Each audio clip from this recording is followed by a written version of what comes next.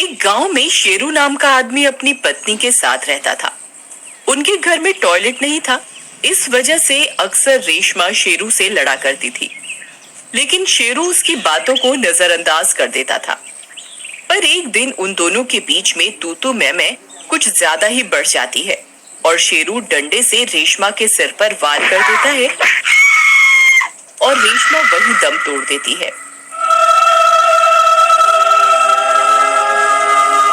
अरे ये क्या हो गया? ये मैंने क्या कर दिया? हे भगवान, अब क्या करूं? अगर किसी को पता चल गया तो मुझे इसके खून के जुल्म में पूरी जिंदगी जेल में सड़ना पड़ेगा। क्या करूं? क्या करूं? एक काम करता हूं, इसे घर के पीछे आंगन में गाड़ देता हूं। किसी को कानो कान खबर नहीं होगी। फिर इतना सोचकर शेरू रेशमा की लाश को घर के पीछे गाड़ देता है।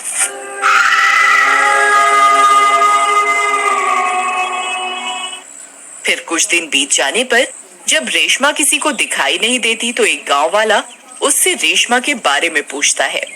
अरे शेरू भाई, भाभी कहीं दिखाई नहीं दे रही आजकल, क्या बात है? क्या बताऊं भाई, वो मुझसे रोज लड़ लड़ कर परेशान हो गई थी। उसने मुझे तलाक दे दिया है और मुझे छोड़कर अपने मायके चली गई है। भाई ये तो बहुत बुरी खबर है भाई, है? चलो तुम उदास मत हो। तुम फिर से दूसरी शादी के बारे में कुछ सोच रहे हो क्या? है, मेरी नजर में एक तलाकशुदा औरत है। तुम कहो तो तुम्हारे रिश्ते की बात चलाऊं? हाँ भाई, हाँ क्यों नहीं भाई, जरूर जरूर। फिर कुछ ही दिनों में शेरू की शादी सीमा नाम की लड़की से हो जाती है। फिर शादी की पहली रात। अजी सुनिए, टॉयलेट कहाँ है? मुझे इस्तेमाल करना है। टॉयलेट तो नहीं है, तुम्हें बाहर ही जाना होगा। क्या? आपने घर में टॉयलेट तक नहीं बनवाया? देखिए जी, मुझे घर से बाहर खुले में जाने की आदत नहीं है। आप कल ही घर में टॉयलेट बनवाइए, नहीं तो मैं अपने मायके चली जाऊंगी। इतना बोलकर सीमा सो जाती है। अरे यार, ये तो छोड़कर जाने की धमकी दे रही है। अब क्या करूं? कहीं मैं फिर से अकेला ना पड़ जाऊं। एक काम करता हूं, कल टॉयलेट बनवा ही देता हूं, नहीं तो ये भी रेशमा की तरह रोज रोज चिक चिक करती रहेगी। अगला दिन होने पर शेरू टॉयलेट बनवाने का काम शुरू करवा देता है और 2 दिनों में टॉयलेट बनकर तैयार हो जाता है। टॉयलेट को तैयार देखकर सीमा की खुशी का ठिकाना नहीं रहता। फिर रात होने पर शेरू शौक में नहाने के लिए टॉयलेट जाता है और अपनी मस्ती में नहाने लगता है। तभी टॉयलेट सीट से एक औरत का हाथ बाहर निकलता है।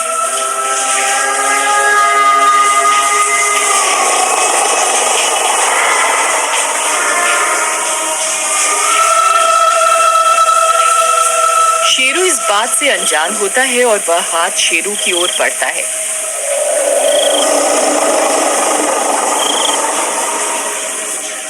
तभी सीमा शेरू को आवाज लगाती है। अजी सुनते हो, इतनी रात गए आपको नहाने का क्या शौक चढ़ गया जी? सीमा की आवाज सुनकर वह हाथ वापस अंदर चला जाता है। अरे प्रियतम, बहुत मजा आ रहा है। अरे वाह वाह, ठंडे ठंडे पानी से नहाना चाहिए। गाना आए या ना आए, गाना चाहिए है?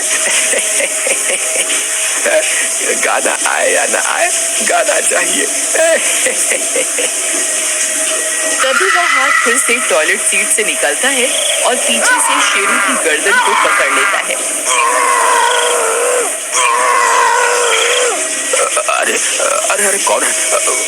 अरे कौन है? कौन है? अरे कौन है भाई? मुझे जान से मारना चाहते हो क्या? अरे छोड़ छोड़, मुझे छोड़। अरे छोड़ कपा, अरे मेरी गर्दन छोड़ छोड़। फिर किसी तरह शेरू उस हाथ से अपनी गर्दन छुड़वा कर पीछे हट जाता है। उस कटे हुए हाथ को देखकर उसकी हालत खराब हो जाती है। उस कटे हुए हाथ में लाल रंग की चूड़ियों को देखकर शेरू समझ जाता है कि ये कोई और नहीं, रेशमा ही है। अरे मर गया रे, ये कैसे हो सकता है? ये कमबख्त वापस कैसे आ गई? अरे मर गया रे। अरे सीमा बचाओ, अरे कोई है, अरे बचाओ रे, अरे मर गया रे, हाय रे। तभी वह कटा हाथ फिर से शेरू पर हमला कर देता है और इस बार उसकी गर्दन पकड़कर उसे टॉयलेट सीट के अंदर घसीट कर ले जाता है। अरे ये मैं कहाँ फंस गया? हे भगवान मेरी रक्षा करो। अरे मर गया रे। अरे गांव वालों मुझे बचा लो, ये हाथ मुझे जमीन के अंदर लेकर जा रहा है। फिर शेरू के चिल्लाने की आवाज सुनकर सीमा वहां आती है।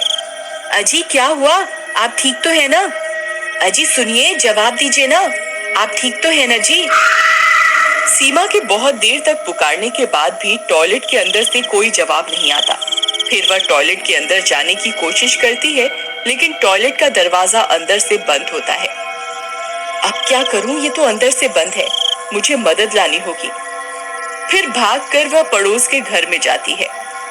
श्याम भैया कहाँ हैं आप? जल्दी बाहर आइए। क्या हुआ सीमा बहन?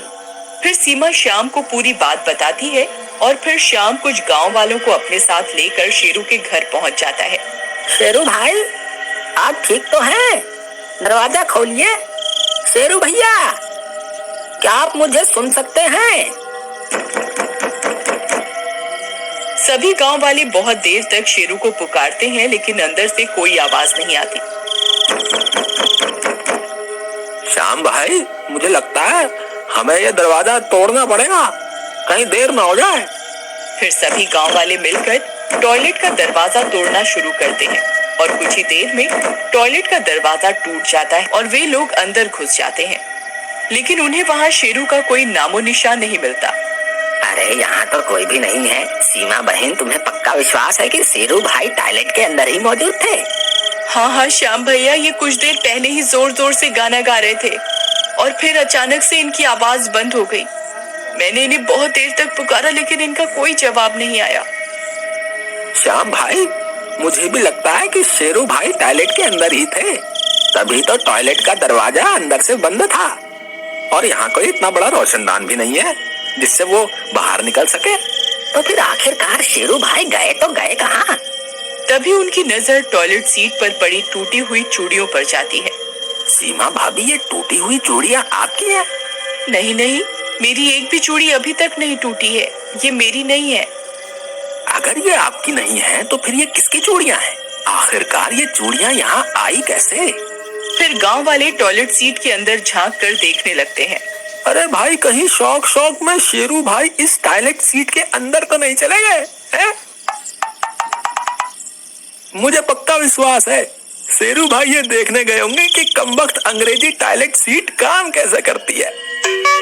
फिर कुछ देर इधर उधर देखने पर उनके हाथ कुछ नहीं लगता, तो सब लोग हैरान परेशान होकर वहां से चले जाते हैं और फिर 2 दिनों के बाद टॉयलेट से बहुत तेज बदबू आने लगती है।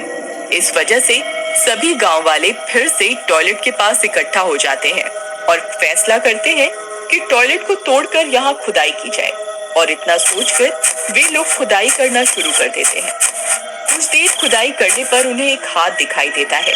उसने वही लाल रंग की चूड़ियां पहनी होती हैं। वो लाल चूड़ियों को देखकर लोगों को कुछ समझ में आने लगता है।